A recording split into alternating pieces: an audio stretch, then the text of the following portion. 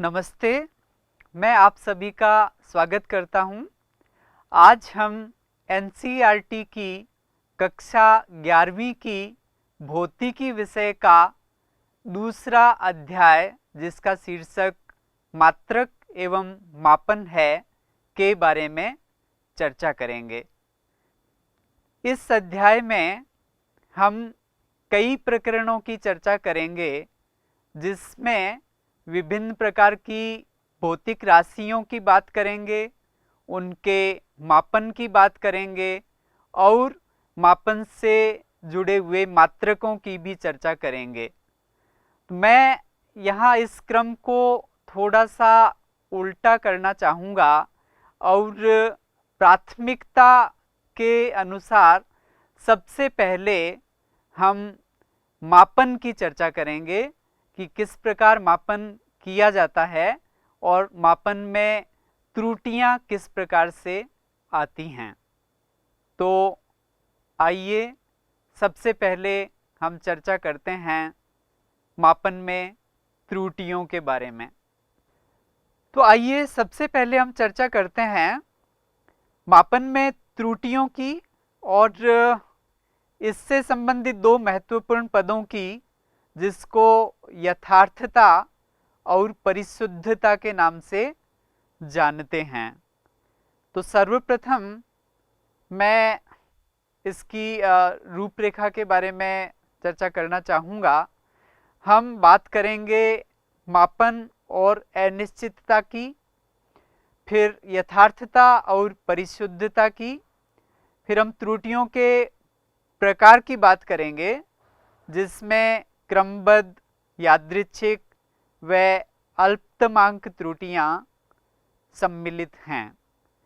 इसके पश्चात हम निरपेक्ष त्रुटि, आपेक्षिक त्रुटि एवं प्रतिशत त्रुटि की बात करेंगे और अंत में हम यह भी देखेंगे कि जब विभिन्न प्रकार की त्रुटियां एक साथ किसी व्यंजक में आती हैं तो उनका संयोजन किस प्रकार से करते हैं। तो सर्वप्रथम हमें इस बारे में बात करनी चाहिए कि मापन की हमारे जीवन में क्या भूमिका है।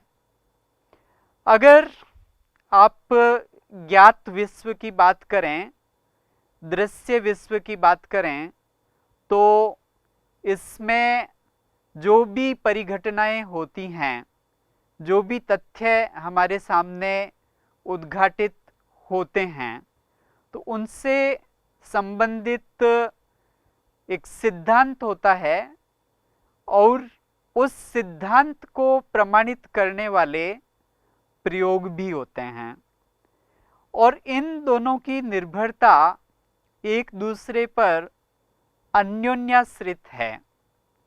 इसका मतलब यह है कि किसी भी सिद्धांत को आप प्रयोग के माध्यम से प्रमाणित कर सकते हैं, वहीं दूसरी तरफ किसी प्रयोग को करके आप नया सिद्धांत भी दे सकते हैं।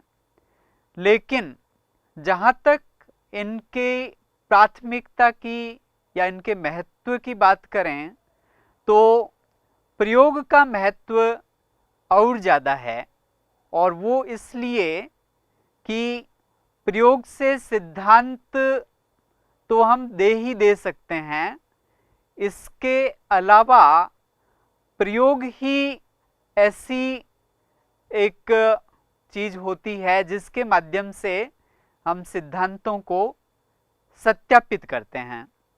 और जब हम प्रयोग की बात करते हैं तो मापन के बिना किसी प्रयोग की कल्पना भी नहीं की जा सकती है। तो इस प्रकार से मापन विज्ञान और प्रौद्योगिकी में एक सबसे महत्वपूर्ण भाग के रूप में अपनी भूमिका अदा करता है। तो अब अगला प्रश्न ये आता है कि जब हम किसी भौतिक राशि का मापन करते हैं तो क्या पूरी निश्चितता के साथ ऐसा कर पाना संभव है? उत्तर निश्चित रूप से नहीं है। कुछ अनिश्चितता हमेशा ही रहती है और आप कोई से भी प्रयोग की बात करें तो उसमें हमें त्रुटियों को लेना ही लेना होगा, और वो इस कारण से कि हमारी मापन की एक सीमा होती है। तो उस सीमा तक ये प्रयोग सही होते हैं, इसके बारे में यथार्थता होती है, परिशुद्धता होती है, और उससे परे हम उसके बारे में अनभिज्ञ होते हैं। तो ये अनभिज्ञता या अनिश्चितता जो किसी भी प्रयोग में होती है, तो इसी को हम त्रुटि कह सकते हैं। आपको बहुत सरल से उदाहरण से इसको स्पष्ट करना चाहूँगा। इसमें आप एक स्केल देख रहे हैं और इस स्केल में ये सेंटीमीटर में कई सारे अंक लिखे हुए हैं और इसके बीच में विभाजन भी किए हुए हैं। और अगर आप इसमें देखें तो जो सबसे छोटा भाग है इस स्केल का, वो 1 सेंटीमीटर का 10वां भाग है, क्योंकि कोई भी 1 सेंटीमीटर लें तो उसमें 10 रेखाएं इसमें खींची गई हैं। तो इसमें जो सबसे छोटा भाग है उसका माप होगा 1/10 सेंटीमीटर, यानी कि 0.1 सेंटीमीटर। तो इस हिसाब से अगर हम किसी रेखा का मापन करें तो इसमें जैसे अभी ये जो पाठ्यांक आप पढ़ पा रहे हैं तो ये लगभग 5.7 के लगभग है। तो इसमें ये 0.7, ये जो हम अंतिम अंक कह रहे हैं, तो ये इसकी एक सीमा है। मतलब 0.1 सेंटीमीटर के परे हम इस स्केल से नहीं जा सकते हैं। इसका मतलब अगर हमें 0.1 सेंटीमीटर से कम की दूरी का मापन करना हो तो ये स्केल उसको नहीं माप सकता है। तो इस प्रकार से आप किसी भी यंत्र की कल्पना करें, किसी भी यंत्र से मापन करें, तो उसमें एक सीमा पर जाकर के हमें आगे मापन करना संभव नहीं हो पाता है। हम उसी सीमा तक मापन कर पाते हैं। तो इस प्रकार से त्रुटि किसी भी मापन का एक महत्वपूर्ण भाग होगी। तो अगला महत्वपूर्ण प्रश्न यह आता है कि जब हम कोई भी मापन करते हैं तो प्रायोगिक त्रुटियों का ध्यान हमें क्यों रखना चाहिए? इसका बहुत सीधा सा उत्तर है, और वो ये कि जब आप कोई भी प्रयोग करते हो, जब आप कोई भी मापन करते हो, तो ऐसा नहीं है कि वो मापन आपने एक जगह कर लिया और आप दूसरी जगह नहीं कर सकते, या वो मापन आपने कर लिया और कोई दूसरा व्यक्ति नहीं कर सकता। तो इसको हम बार बार कर सकते हैं, इसको बार बार किया भी जाना चाहिए अगर आप एक सार्वभौमिकता चाहते हैं। और इस कारण से जो बार बार प्रयोग करते हैं तो उसमें हमें कुछ माप भी मिलेगा, भौतिक राशि का माप मिलेगा, और उसमें त्रुटि का ध्यान रखना बहुत ज़्यादा ज़रूरी है। इसलिए जिससे कि सभी प्रयोगों में लगभग समान परिणाम प्राप्त हो सकें। इसमें दूसरा महत्वपूर्ण कारण ये है कि जब आप किसी भी सिद्धांत के बारे में बात करते हैं तो सिद्धांत का जो अंतिम परीक्षण होता है, सिद्धांत का जो सत्यापन होता है, वो आप प्रयोगों के माध्यम से ही कर सकते हैं।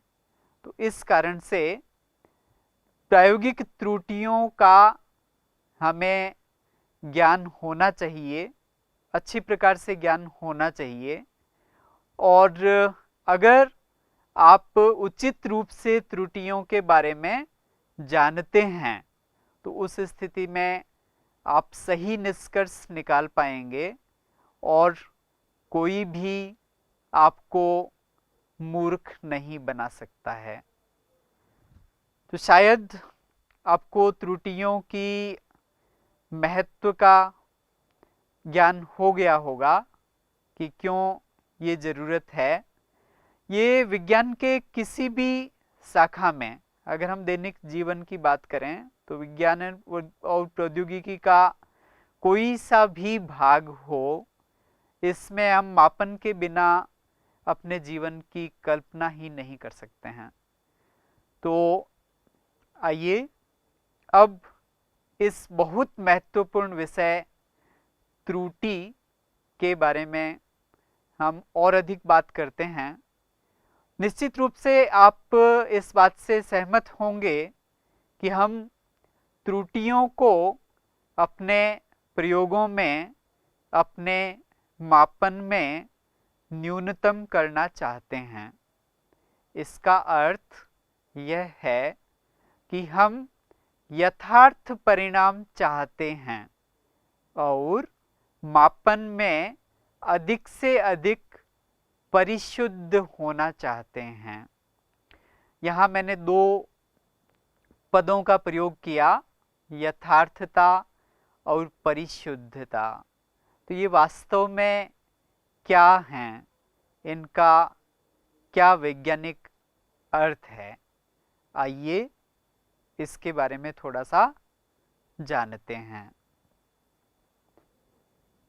ऐसा लगता है कि जब हम इन दो शब्दों के बारे में विचार करते हैं तो शाब्दिक दृष्टि से यथार्थता और परिशुद्धता का अर्थ सामान्यतया एक जैसा ले लिया जाता है, लेकिन वास्तव में इनमें थोड़ा अंतर है। और वो ये कि जब आप यथार्थता की बात करते हैं तो यथार्थता का अर्थ है जो मापित मान है, जिस मान को आप प्रयोग द्वारा माप रहे हैं, तो उसकी यथार्थ मान से कितनी निकटता है। अर्थात अगर वास्तविक मान और प्रायोगिक मान एक दूसरे के निकट हैं, ज़्यादा निकट हैं, तो उस स्थिति में आपके प्रयोग की यथार्थता भी उतनी ही ज़्यादा होगी। दूसरी तरफ जब हम परिशुद्धता की बात करते हैं तो इसका अर्थ यह है कि हमने दिए गए यंत्र से भौतिक राशि को किस सीमा तक नापा है, किस विभेदन क्षमता तक मापा है। दूसरे शब्दों में आप यह भी कह सकते हैं कि परिशुद्ध प्रेक्षणों का अर्थ ये है कि वो एक दूसरे से कितने निकट हैं, उनमें अंतर कितना है। उनमें अंतर जितना कम होगा परिशुद्धता उतनी ही ज़्यादा होगी, और विभिन्न मानों में अंतर जितना अधिक होगा परिशुद्धता उतनी ही कम होगी।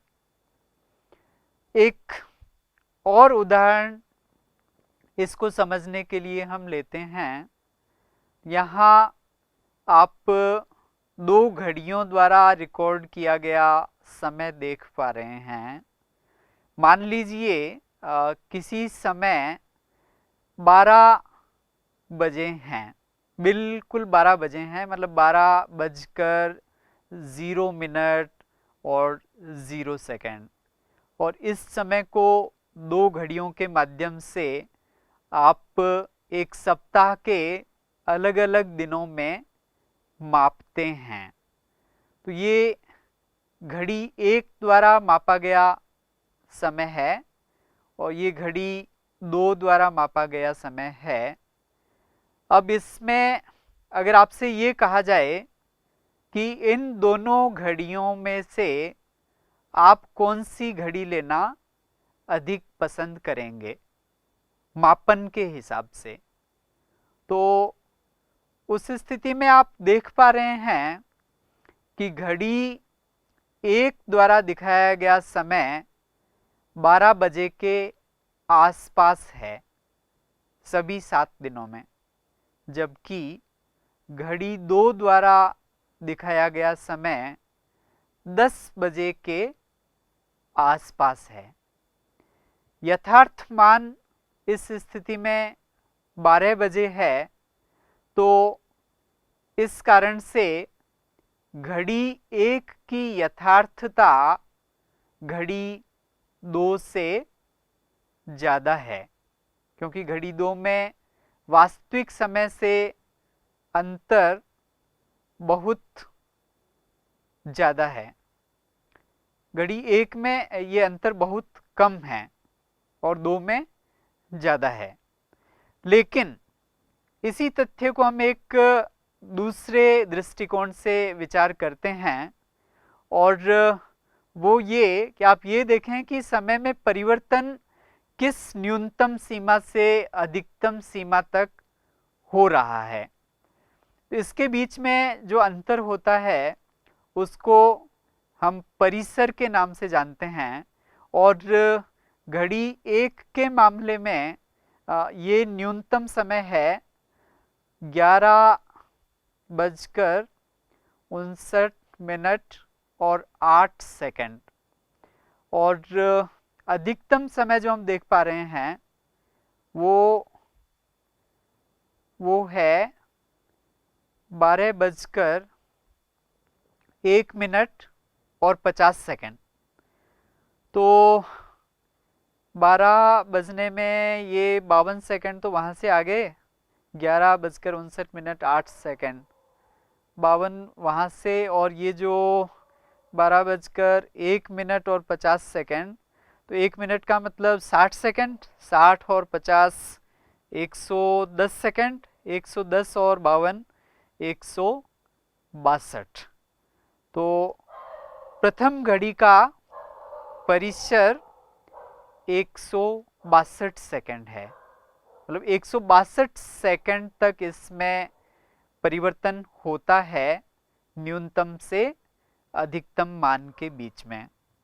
तो अब हम घड़ी दो के परिसर की बात करते हैं, और घड़ी दो में आप इस सारणी में देखेंगे कि न्यूनतम समय जो है वो 10:14 और 53 सेकंड है, जबकि अधिकतम समय 10:15 और 24 सेकंड है। और इन दोनों में अंतर हो गया 53 और 7 60 सेकंड, तो 7 सेकंड ये हो गए, और 10 15 24 तो 24 सेकंड ये हो गए, 24 और 7 31। इस प्रकार से जो इसमें न्यूनतम और अधिकतम समय के मान में दोनों घड़ियों का अंतर है, वो प्रथम घड़ी में 162 सेकंड है और दूसरी घड़ी में केवल 31 सेकंड है। तो परिसर दूसरी घड़ी का बहुत कम है इसका मतलब ये है कि घड़ी 2 द्वारा मापा गया समय लगभग एक समान आता है। उसमें जो विभिन्न मान हैं वो एक दूसरे से अधिक परिवर्तित नहीं हो रहे। तो इसलिए परिशुद्धता के पदों में घड़ी 2 ज़्यादा सही है। और इसमें ये जो 10 बजे बता रही है 12 बजे के स्थान पर, तो इसको तो हम सेट कर सकते हैं, 12 पर सेट कर सकते हैं, तो वो करना आसान है। तो इस प्रकार से घड़ी 2 हमारे लिए समय के मापन के हिसाब से अधिक अच्छी रहेगी। और ये मापन में परिशुद्धता पर निर्भर करता है। तो इस रूप में वैसे ये दोनों ही पद महत्वपूर्ण है कि आपका मापन यथार्थ भी हो और परिशुद्ध भी हो।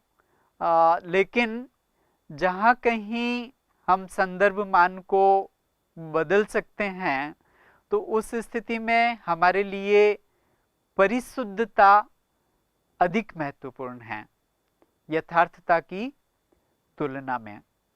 तो मुझे आशा है कि इन दोनों पदों के बीच में अंतर को आप समझ पाए होंगे। एक बार मैं फिर से दोहरा देता हूँ कि यथार्थता का मतलब ये है कि आपके यंत्र द्वारा मापा गया जो माप है तो वो वास्तविक माप से कितना निकट या दूर है। जबकि परिशुद्धता का अर्थ ये है कि जो भी माप आपको मिल रहे हैं तो वो एक दूसरे से कितना बदल रहे हैं और किस सीमा तक आप उस माप को कर पाने में सक्षम हो पा रहे हैं। इनके बारे में और स्पष्टता के लिए मैं कुछ और उदाहरण लेना चाहूँगा। प्रथम उदाहरण में ये आप पढ़ पा रहे होंगे कि मान लीजिए एक द्रव्यमान है और उसका यथार्थ मान 100 ग्राम है। शिल्पा इसको एक वजन पैमाने से मापती है और 104, 105, 103, 103 व 105 ग्राम के मान प्राप्त करती है। अर्थात वो 5 बार मापन करती है और पांचों बार उसको ये अलग अलग मान प्राप्त होते हैं। अब अगर हमें इस वजन पैमाने की यथार्थता बतानी है और परिशुद्धता बतानी है तो इस मामले में आप गौर करेंगे कि 5 बार हम मापन कर रहे हैं और पांचों बार अलग अलग राशियां, अलग अलग मान हमें मिल रहे हैं। तो हमें इसका औसत लेना पड़ेगा, इसका माध्य लेना पड़ेगा। और माध्य अगर हम लें तो ये 5 और 5 10, 10 3 13, 3 16 और 4 20, तो 20 को आप 5 से भाग देंगे तो 4, इसका मतलब 104 ग्राम इसका औसत आया। अब इसमें अगर देखा जाए तो 104 ग्राम से विचलन देखें तो 103 तो एक कम है और 105 का मतलब 1 ग्राम ज़्यादा है। तो इस रूप में इसमें जो विचलन है औसत मान से विचलन तो वो -1 से +1 तक है। इस प्रकार से यंत्र की परिशुद्धता ये ±1 है। वहीं दूसरी तरफ अगर हम इसकी यथार्थता की बात करें तो आपका वास्तविक मान या यथार्थ मान 100 ग्राम है, जबकि इसमें अधिकतम मान हमें 105 ग्राम प्राप्त हो रहा है। तो इस प्रकार से इसमें अधिकतम परिवर्तन 5 ग्राम का है। तो आप कह सकते हैं कि इस मापन में यथार्थता 5% के बराबर या कम है।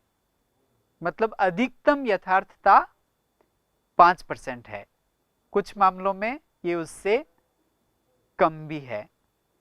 तो मुझे लगता है कि आपको कुछ स्पष्ट हुआ होगा कि हम यथार्थता और परिशुद्धता से क्या अर्थ निकालते हैं। अब इन दो पदों को जानने के बाद में हम त्रुटियों की बात करते हैं। और जैसा कि मैंने पहले बताया कि त्रुटि किसी भी प्रयोग का एक अवश्यंभावी हिस्सा है और ये अवश्यंभाविता किसी भी यंत्र की परिशुद्धता के अनुसार होती है। तो किसी भी मापन में त्रुटि हो सकती है और त्रुटियों के कई कारण हो सकते हैं। तो इन सभी कारकों को ध्यान में रखते हुए त्रुटियों का वर्गीकरण किया जाता है और इसमें मुख्य रूप से हम त्रुटियों के दो प्रकारों की बात करते हैं। पहला प्रकार है क्रमबद्ध त्रुटियां और दूसरा प्रकार है यादृच्छिक त्रुटियां। क्रमबद्ध त्रुटियों के फिर और प्रकार हैं, इसके उपवर्ग हैं। तो इसका पहला प्रकार यंत्रगत त्रुटियां हैं, फिर प्रायोगिक तकनीक या कार्यविधि में अपूर्णता के कारण त्रुटियां, और तीसरी आती हैं व्यक्तिगत त्रुटियां। ये तीनों क्रमबद्ध त्रुटियों के अंतर्गत है। आपको इन त्रुटियों के बारे में और अधिक बताने के लिए मैं अगली स्लाइड पे आता हूँ और हम सबसे पहले क्रमबद्ध त्रुटियों की बात करते हैं। आपको क्रमबद्ध शब्द से भी कुछ कुछ भान हो रहा होगा कि इसमें एक प्रकार की क्रमबद्धता होती है और ये त्रुटियां यंत्र और उस यंत्र को जो संचालित कर रहा है प्रयोगकर्ता, तो इन दोनों से ही इसका संबंध होता है। और क्रमबद्ध त्रुटियां सभी मापनों को एक सुपरिभाषित तरीके से प्रभावित करती हैं और इनको प्रयोगों के दोहराने मात्र से कम नहीं किया जा सकता। वहीं दूसरी तरफ अगर हम यादृच्छिक त्रुटियों की बात करें तो यादृच्छिक को रैंडम बोलते हैं। रैंडम का मतलब जिसके बारे में कुछ अनुमान लगाना संभव नहीं हो, कि कुछ भी हो सकता हो, तो ऐसी घटनाओं को हम यादृच्छिक घटनाएं कहते हैं।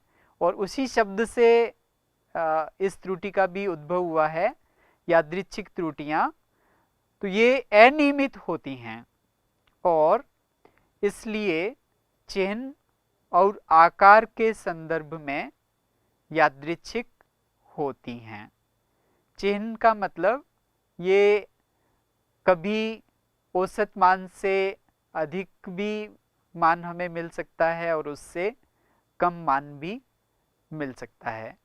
इसी प्रकार से औसत मान से बहुत कम विचलन भी हो सकता है और ज़्यादा विचलन भी हो सकता है। तो इस प्रकार चिन्ह और आकार ये दोनों ही इसमें एक निश्चित क्रम में नहीं होते हैं। दूसरा महत्वपूर्ण तथ्य यह है कि यादृच्छिक त्रुटियों को आप अगर किसी प्रयोग को बार बार करते हैं तो उस स्थिति में एक अनुमत सीमा तक कम कर सकते हैं और उस मापन का औसत व्यवहार आप प्राप्त कर सकते हैं। सबसे अंत में इन त्रुटियों का यंत्रों से कोई सीधा लेना देना नहीं है।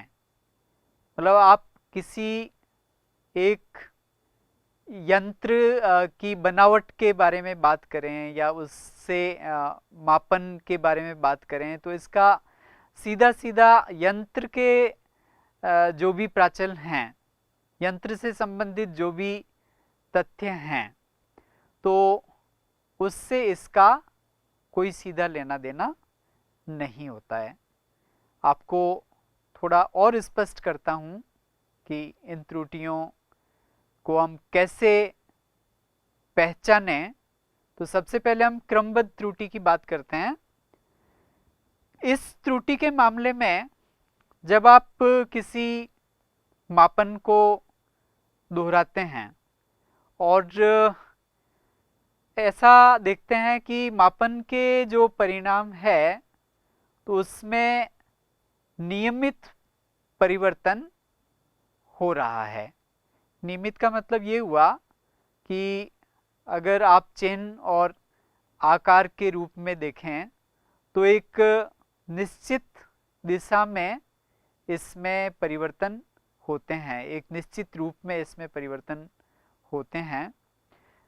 जैसे मान लीजिए आप कोई मापन कर रहे हैं और आपने पहले से कुछ सिद्धांत के आधार पर कुछ सोच रखा है कि ये दो राशियों का ग्राफ कुछ एक विशेष प्रकार का आना चाहिए।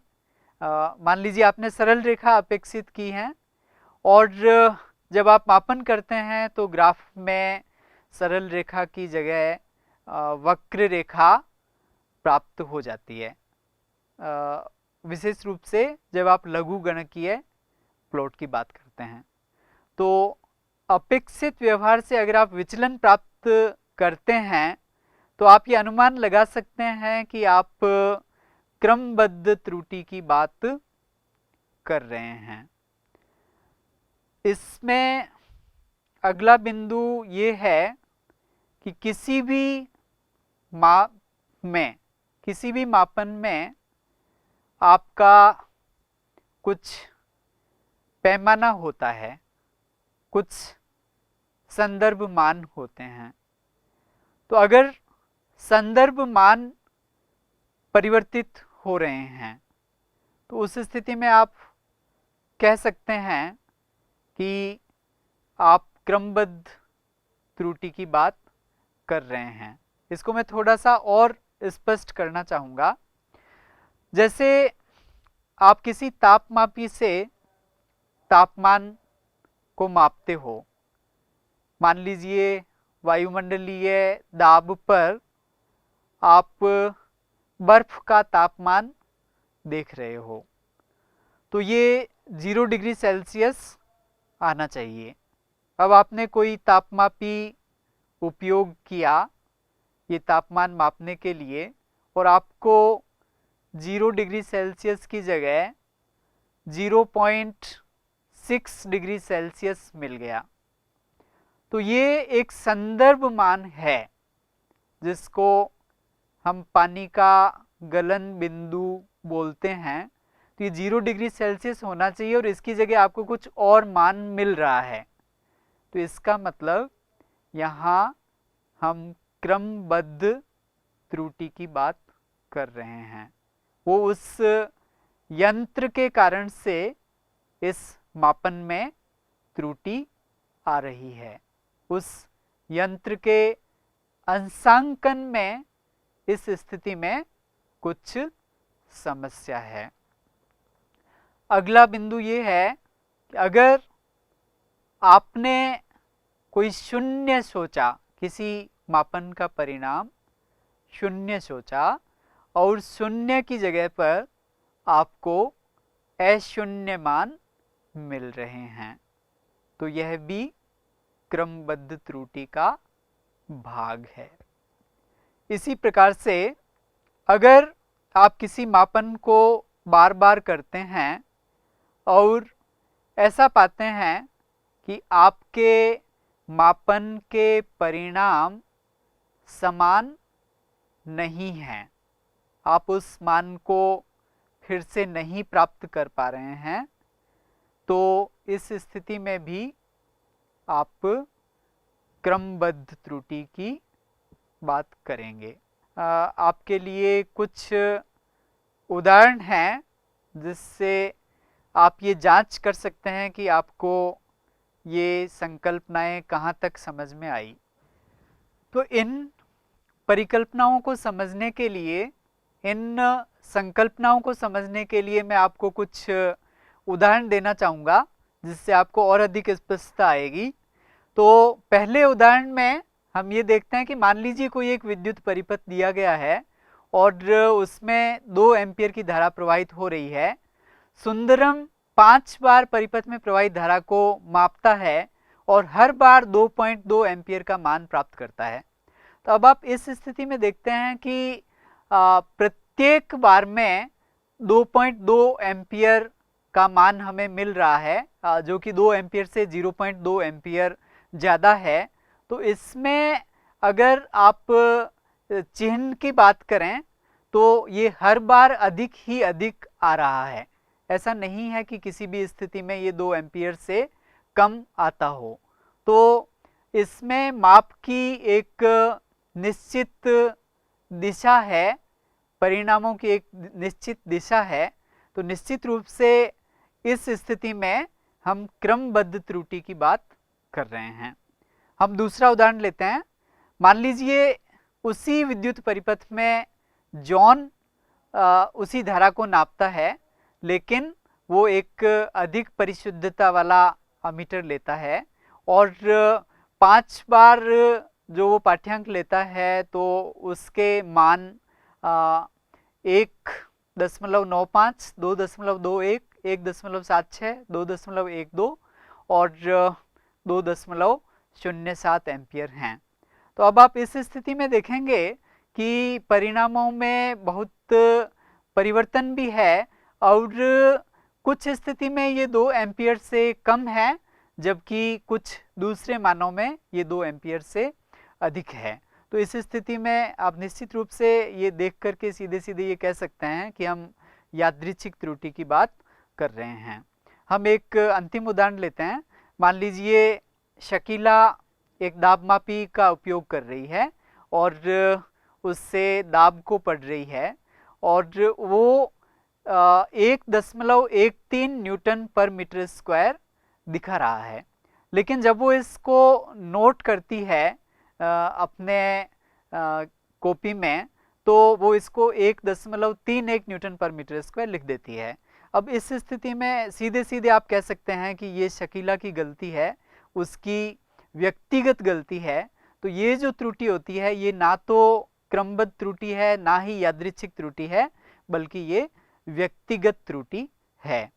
तो अब हम एक और त्रुटि के बारे में बात करते हैं जिसको अल्पतमांक त्रुटि कहते हैं और ये किसी भी यंत्र का एक महत्वपूर्ण भाग होती है और ये यंत्र से ही संबंधित होती है।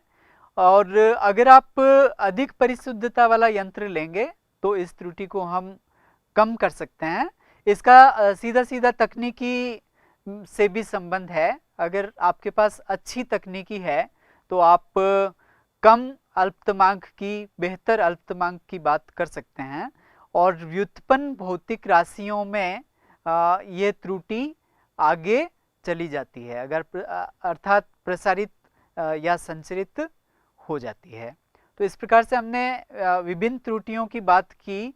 अब आपको इस सब विवेचन से ये स्पष्ट हो गया होगा कि त्रुटियां क्यों महत्वपूर्ण हैं, और इस कारण से हमारा उद्देश्य ये है कि हम त्रुटियों को किस प्रकार से न्यूनतम करें, कम से कम करें और अपने परिणामों को अधिक विश्वसनीय बनाएं। ये तथ्य भौतिकी के लिए या किसी भी प्रायोगिक विज्ञान के लिए बहुत ही अधिक महत्वपूर्ण है, क्योंकि आप जितनी ज़्यादा परिशुद्धता की बात करेंगे तो आपको उतने ही अधिक चीज़ें समझ में आएंगी और उसका तकनीकी में और अच्छा उपयोग हो सकेगा। तो प्रथम बिंदु ये है कि जब आप किसी भी भौतिक राशि का मापन करते हैं तो उसकी एक निश्चित तकनीक होती है, तो उस तकनीक को आपको भली भांति समझ लेना चाहिए। फिर किसी भी यंत्र में किसी न किसी प्रकार का पैमाना होता है और उस पैमाने का अंशांकन बहुत ही ज़रूरी है। इसके अलावा किसी भी प्रयोग में हम किसी न किसी चर की बात करते हैं और कुछ चर किसी प्रयोग के दौरान निश्चित होते हैं, तो आपको निश्चित रूप से ये ध्यान रखना चाहिए कि आप केवल वांछित चरों को ही अपने प्रयोग में शामिल करें और उसके अतिरिक्त जितने भी चर हैं तो उनको आप नियंत्रित कर दें, उनको आप हटा दें। इसके अलावा कोई भी प्रयोग करते हैं तो वो केवल एक बार नहीं करके जितना भी अधिक बार हो सकता है उतना उस प्रयोग को दोहराएं। ऐसा हम इसलिए करते हैं कि यादृच्छिक त्रुटि को ऐसा करके एक अनुमत सीमा तक कम किया जा सकता है। फिर आपका जो सैंपल है, जो प्रतिदर्श है प्रयोग का, तो वो एक बहुत बड़ा लेना चाहिए। इसको दो प्रकार से आप बड़ा ले सकते हैं।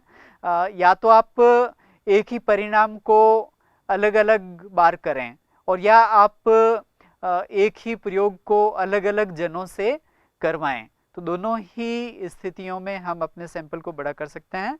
इस प्रकार से अगले बिंदु में हम ये कह सकते हैं कि जब आप मापन करते हैं तो मापन में ऐसा हो सकता है कि आपको विभिन्न पाठ्यांकों में कुछ पाठ्यांक ऐसे हो सकते हैं जो बिल्कुल ही जो व्यवहार मिल रहा है तो उससे बहुत ज़्यादा विचलन लिए हुए होते हैं। तो ऐसे असंगत परिणामों को आपको अपने मापन से हटा देना चाहिए। और इसके अलावा सबसे महत्वपूर्ण बात ये है कि आप जब कोई भी प्रयोग करते हैं तो उसमें आपको ईमानदार होना चाहिए और जो कुछ भी आपके पाठ्यांक में आ रहा है तो उसको सही रिपोर्ट करना है। ये अंतिम बिंदु सबसे महत्वपूर्ण है। जीवन के प्रत्येक क्षेत्र में ईमानदारी का महत्व है, लेकिन जहाँ तक विज्ञान की बात है, विज्ञान के मापनों की बात है, तो उसमें इसका महत्व और ज़्यादा हो जाता है।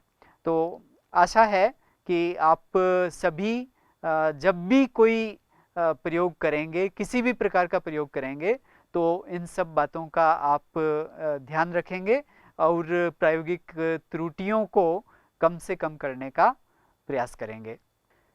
तो बच्चों, आज के लिए इतना ही। आज की कक्षा में हमने त्रुटियों की बात की, त्रुटियों के विभिन्न प्रकारों की बात की, यथार्थता व परिशुद्धता की बात की और प्रायोगिक त्रुटियों को किस प्रकार से कम किया जा सकता है, इसके बारे में कुछ महत्वपूर्ण बिंदुओं की बात की। इसी के साथ हम आज की चर्चा को यहीं विराम देते हैं और अगली कड़ी में हम इसके बारे में, इससे अगले प्रकरणों के बारे में और विस्तार से चर्चा करेंगे। तब तक के लिए बहुत बहुत धन्यवाद और नमस्ते।